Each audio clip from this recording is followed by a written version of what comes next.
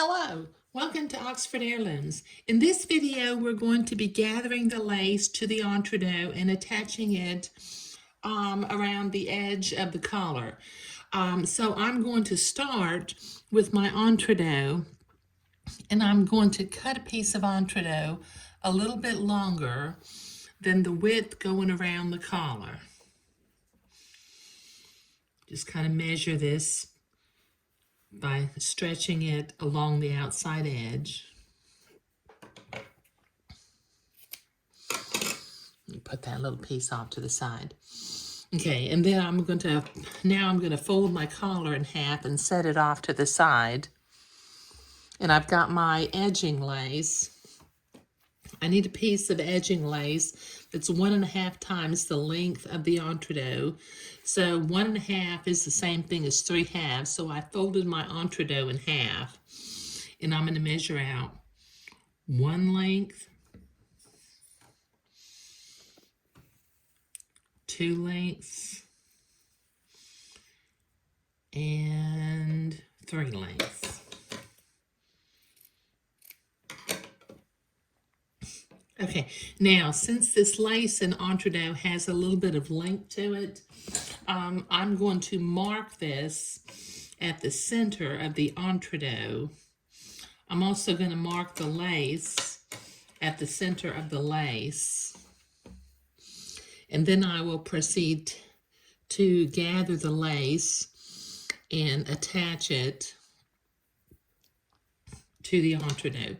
Now this is Malines lace, so when I attach it together, I have to be careful that it has one side that's not fuzzy and one side that's a little bit fuzzy. So it has a front and a back. Okay, so I've got a little bit of prep work to do before I sew the lace to the entredot. I need to trim one side of my entredot using my embroidery scissors, and then I need to gather my lace. I'm going to gather from both ends of my lace and pull the lengths until the halfway marks meet up with each other. So I'll be right back. Okay, I have my entredot trimmed and I have my lace gathered, so I'm going to set my machine to a zigzag and the appropriate stitch length and stitch width for sewing entredot. Okay, and then I'm going to begin to zigzag my gathered lace to the entredot, making sure that I go in an entredot hole on the left and catch the header of the lace on the right. So let me make sure I'm going in an entredot hole and not stabbing the lace. Okay, there we go.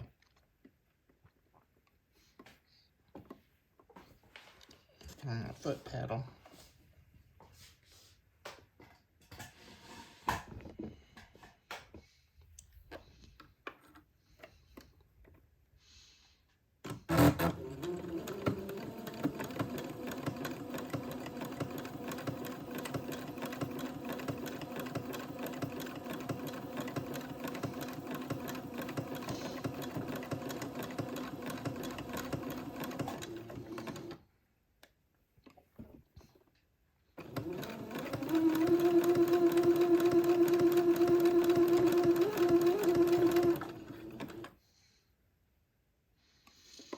Okay, there's no need for speed when doing this because you want to get a nice, neat zigzag on the entredot.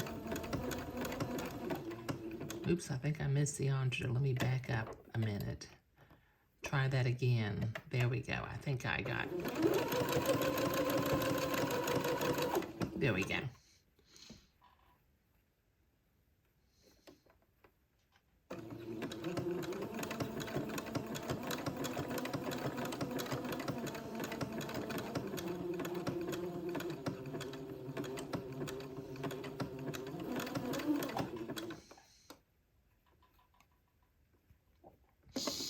Okay, so this will take me a few minutes to get this entire length of entredot and gathered lace zigzag together. So I'll be back in a minute. Okay, I've got my gathered lace sewn to the entredot. Now the next thing I need to do, starting from one of the back ends, I need to pin this length of gathered lace and entredot to the outside edge of the collar, but it needs, the batiste of the entredot needs to flare as it goes around. So I'm going to take a minute, and about every 3/8 of an inch or a 1/2 an inch, I'm going to cut a little notch in the batiste of the entredot. And then I will proceed to pin it.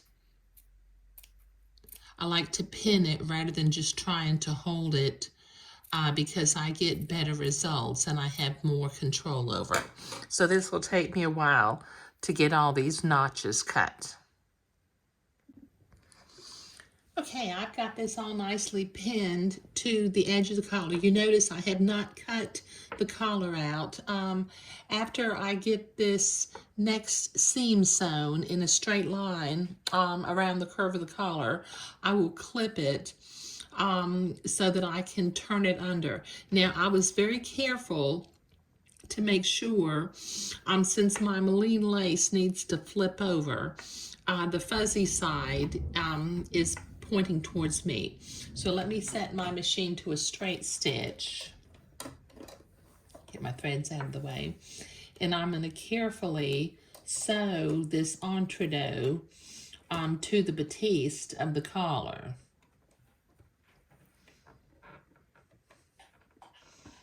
Taking my pins out as I come to them. Let me see if I can zoom in a little bit.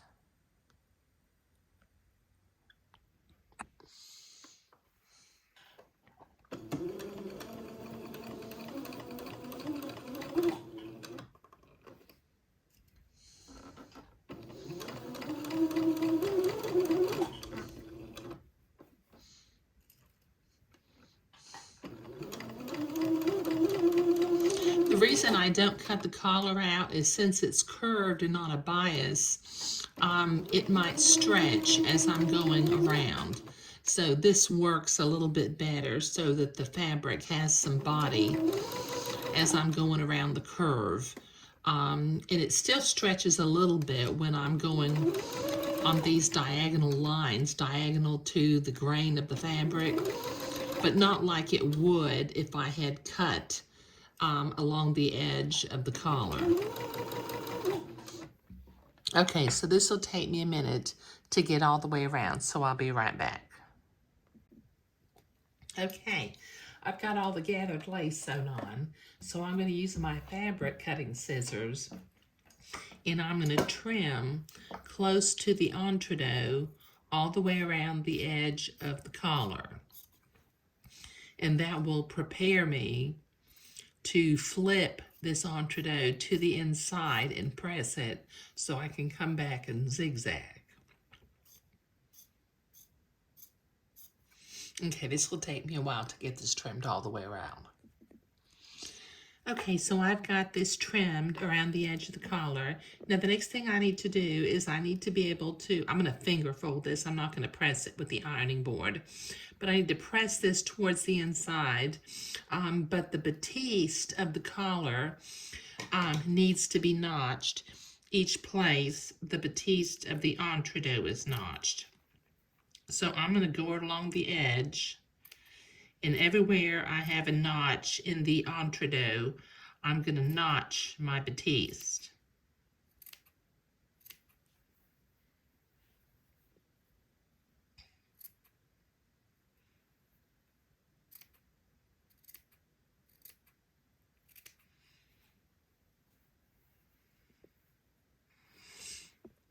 Okay, this will take me a couple of minutes to get all the way around, so I'll be right back. And I'm going to press this or finger fold it towards the underside of the collar also.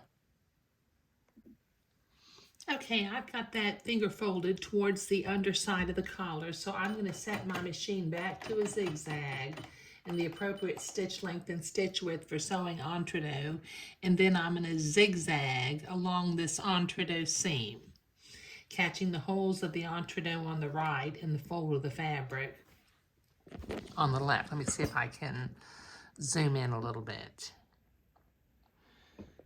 Okay, so let me slowly begin to zigzag this.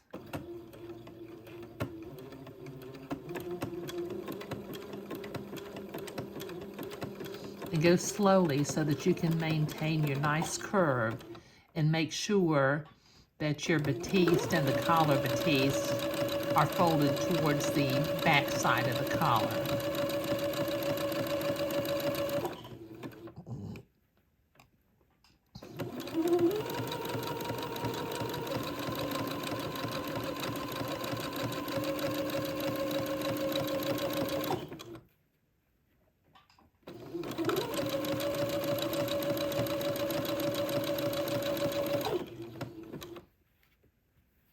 Okay, so this will take me a little while to get all the way around the edge, so I'll be right back.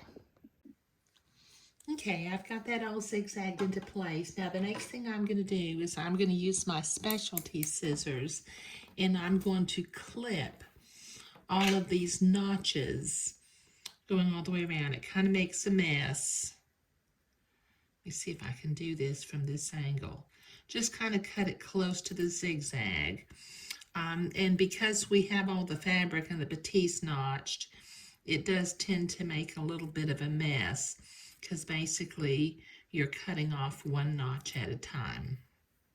I try to catch them on my tabletop and then throw them away, but lots of times I end up with little notches all over the floor where I'm working. Just close to the zigzag without cutting the zigzag itself. Okay, so this will take me a while to get this trimmed all the way around the edge of the collar. Okay, I've got all those little notches trimmed all the way around. Now the next thing I'm going to do is I've got 2 little bits of hand embroidery, and I'm going to use my tiny little embroidery floss and my Blanc DNC floss in order to do this hand embroidery. Now you'll notice I'm not cutting out the back or the neckline yet. Since I drafted this collar, I do want to make sure that the collar is going to be the right size to go around the neck of the garment. So until we actually begin to construct the blue body part of the bubble, I'm not going to cut and hem the edges or cut out the neckline. Okay, so off camera, I'm going to do my hand embroidery, but in this video, we were gathering the lace, attaching it to entredot, and attaching it to the collar itself. Thank you.